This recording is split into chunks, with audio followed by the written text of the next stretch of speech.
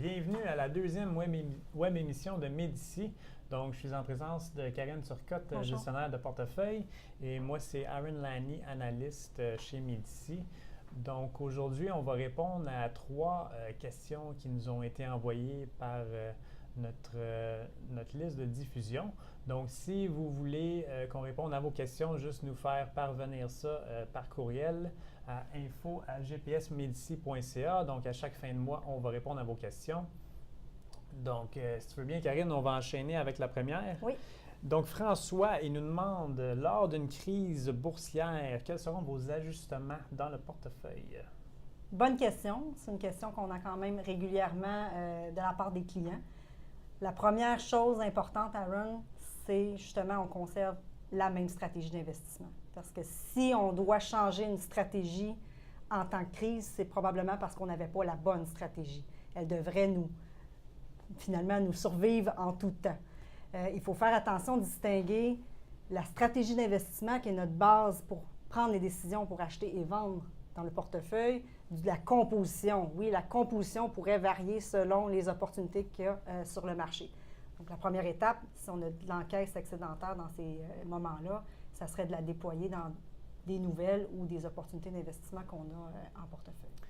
Et c'est sûr que, ça se peut qu'on ait de l'encaisse excédentaire si vraiment on a beaucoup de titres qui sont surévalués, mais si on n'a pas d'encaisse excédentaire, qu'est-ce qu'on ferait dans ce temps-là? Bon, bien, il y a un deuxième niveau. Effectivement, si on est investi, presque pleinement investi, on peut en profiter justement pour optimiser le portefeuille. C'est-à-dire que, oui, on a une quinzaine d'entreprises dans le portefeuille, mais on en suit davantage de belles entreprises qui deviennent finalement à un prix qui est attrayant.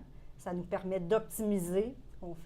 On les compare entre elles, entre les différentes opportunités, puis on peut rehausser la qualité du portefeuille en faisant certains achats et des ventes dans le portefeuille. Fait que ça se peut qu'il y ait un titre, mettons, qui baisse beaucoup plus que les autres durant une crise et on serait peut-être porté à vendre un pour acheter celui qui a baissé plus. Tout à fait. Puis il y a un autre niveau qui s'ajoute à ça. Les deux premiers, on déploie de l'encaisse, c'est facile, on le voit dans le portefeuille, il y a des achats, ou si on optimise, il y a des achats et des ventes. Mais indirectement, les entreprises qu'on possède, souvent, c'est des dirigeants qui, eux, vont savoir aussi quoi faire en temps de crise. Ils vont soit racheter des actions ou ils peuvent faire des acquisitions. Je suis sûre, Aaron, que tu as en tête certaines entreprises qu'on a en portefeuille, qu'on est fiers de posséder dans ces moments-là. C'est ça, un exemple, par exemple, ce serait Knight Therapeutics. Oui. Donc, ils ont plus que 500 millions en encaisse actuellement et Jonathan Goodman, il attend juste une crise dans son secteur pour pouvoir déployer cette encaisse-là. Donc, ça serait un exemple. Alors, on va passer à la deuxième question, Karine. Oui, elle nous vient de Stéphane. Stéphane pose une question à l'égard de Magna International. Donc, comment les mesures protectionnistes annoncées par M. Trump vont impacter Magna? Donc, comment qu'il doit justement en tenir compte? Oui, bien, ce qu'on appelle l'écart de Trump, nous autres, c'est que on pense qu'il y a un très gros écart entre ce que Trump a dit durant sa campagne et ce qu'il va réellement implanter. Donc, on suggère à Stéphane de ne pas baser ses décisions d'investissement sur ce que Trump pourrait ou ne pourrait pas faire parce qu'on n'a aucune idée de ce qu'il va réellement pouvoir faire. Oui, sauf que Stéphane, j'imagine, soit qu'il a déjà Magna dans son portefeuille ou soit qu'il considère un achat. Qu'est-ce qui fait à l'égard, si on oublie Trump, qu'est-ce qui fait que nous, on investirait ou on n'investirait pas dans Magna? Alors, pour nous, Magna, ça ne serait pas le genre d'entreprise, on ne l'a jamais analysé et on ne voudrait pas l'analyser étant donné qu'elle œuvre dans un secteur quand même assez cyclique. Donc, elle produit des systèmes pour des véhicules neufs. Donc, vous pouvez penser à des toits ouvrants, des portes, tout le système mécanique. Et puis, elle vend ça à des entreprises comme GM, Ford, etc. Et c'est vraiment dans le marché neuf. Et c'est un marché très, très, très cyclique quand vous regardez les ventes de véhicules neufs. Donc, on a de la misère à prévoir la rentabilité d'une entreprise comme ça sur du 4 à 5 ans. Et c'est pour ça qu'un titre comme ça va se transiger à un ratio d'évaluation plus bas.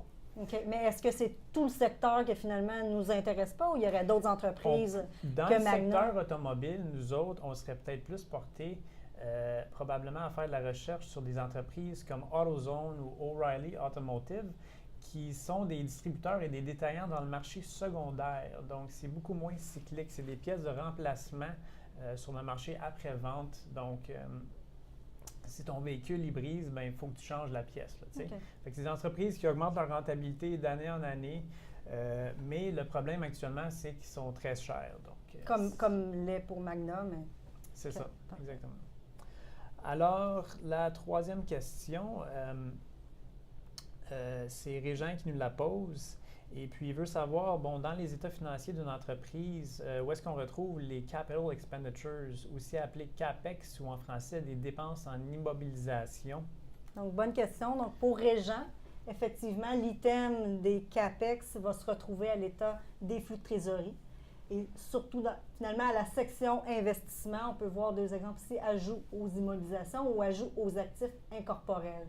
Donc, Aaron, peut-être expliquer aussi que le CAPEX, c'est une finesse un petit peu plus de finesse que ça là, pour comprendre vraiment l'élément. En fait, nous autres, chez Médici, on trouve que l'état des flux de trésorerie, c'est encore plus important que l'état des résultats parce que ça démontre vraiment les mouvements de fonds et la valeur intrinsèque d'une entreprise, c'est vraiment le cash qu'elle va générer. Donc, on va avoir cette information-là dans cet état-là.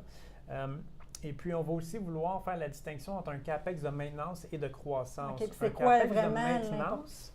En fait, c'est ce que l'entreprise doit investir pour simplement garder son niveau de vente et sa rentabilité actuelle. Donc, si elle arrêtait de croître demain matin, c'est quoi son niveau d'investissement? Donc, ça va permettre d'isoler la rentabilité pour en arriver là. Et ensuite de ça, on va rajouter les CAPEX de croissance. Donc, c'est quoi l'investissement nécessaire pour qu'elle puisse croître selon son plan d'affaires? OK. Est-ce que c'est toujours clair? La différence entre les deux sur les états justement financiers? Une des critiques qu'on ferait, c'est que les entreprises, malheureusement, elles ne distinguent pas entre ces deux états-là. Dans leur rapport de gestion, ils ne nous donnent pas cette information-là, malheureusement. Fait que ça prend un peu plus de travail de notre part, mais c'est quelque chose qu'on va vraiment approfondir et aller chercher. Là. Donc, c'est important d'y mettre le temps qu'il faut, effectivement. Exactement. Donc, c'était tout pour les questions cette semaine. Donc, s'il vous plaît, faites-nous parvenir vos questions par courriel. On va y répondre à la fin de chaque mois. Donc, envoyez-nous ça à info@gpsmedici.ca. Et puis, vous pouvez aussi aller sur notre site web, vous abonner à notre liste de diffusion. Alors, merci beaucoup, Karine. Merci beaucoup.